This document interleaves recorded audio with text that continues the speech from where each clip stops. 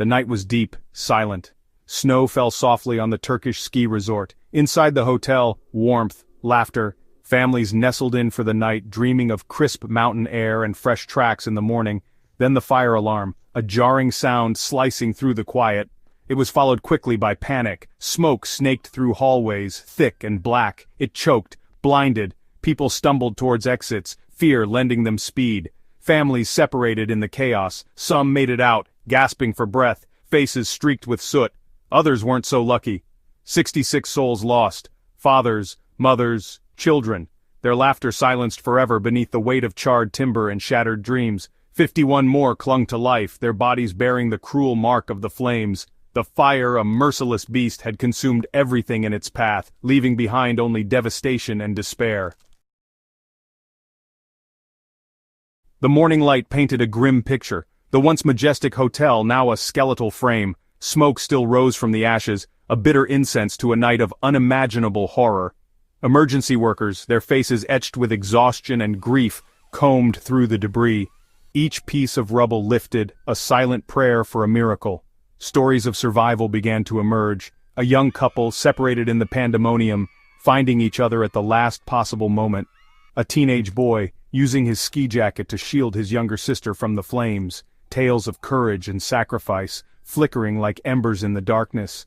But for every story of hope, a dozen echoed with loss. Families huddled together, their faces etched with grief, waiting for news.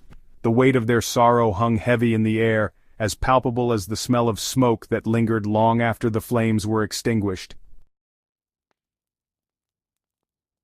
The investigation began even as the last embers cooled. What sparked this inferno? Was it an electrical fault, a careless mistake, or something more sinister? The authorities promised answers, vowing to hold those responsible accountable. Whispers began to circulate. Had the hotel's fire safety measures been adequate? Were there enough fire exits? Were they clearly marked? The questions hung in the air, heavy with accusation and the bitter sting of what if. The tragedy served as a stark reminder, a cautionary tale etched in ash and pain. The importance of fire safety in public spaces, often overlooked, now stood in sharp focus. This tragedy demanded answers, demanded accountability, demanded change. The snow continued to fall on the Turkish ski resort, but the landscape had irrevocably changed. The charred shell of the hotel stood as a grim monument to the tragedy, a constant reminder of the lives lost and the scars left behind.